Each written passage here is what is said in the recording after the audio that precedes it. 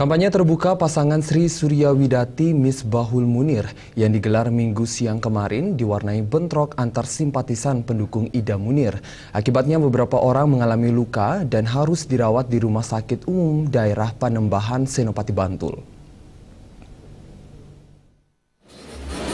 Awalnya kampanye terbuka pasangan Sri Suryawidati Misbahul Munir yang digelar di lapangan Trirenggo, Bantul berjalan lancar dan tertib. Namun saat masa akan meninggalkan lapangan, bentrokan antar simpatisan pendukung Ida Munir terjadi. Selain aksi lempar batu dan baku hantam, masa juga membakar sebuah sepeda motor milik simpatisan. Bentrokan tersebut telah mengakibatkan sejumlah orang terluka dan harus dilarikan ke IGD RSUD Panembahan, Senopati, Bantul. Suasana IGD yang semula tenang sontak menjadi gaduh.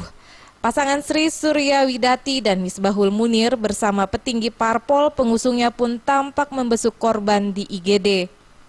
Dari data sementara sedikitnya ada 4 orang korban bentrok. Barik Gufron, Ketua DPC P3 Bantul mengalami luka robek di siku.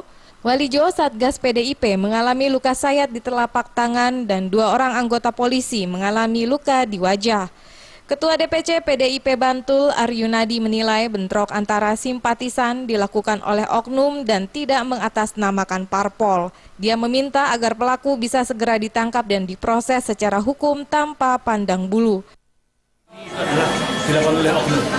Saya khawatir insya Allah tidak terjadi distorsi informasi sehingga seolah-olah perlawanan lembaga itu nanti akan mengerikan dan menjadi proses yang sangat panjang. Insya Allah tidak akan terjadi dan kami cukup dewasa menyikapi hal ini.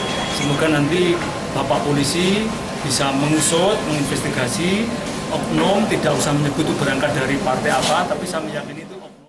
Saat ini polisi masih melakukan penyelidikan atas kasus bentrokan antar simpatisan pendukung Ida Munir ini. Dari Bantul, Yogyakarta, Anang Zainuddin melaporkan.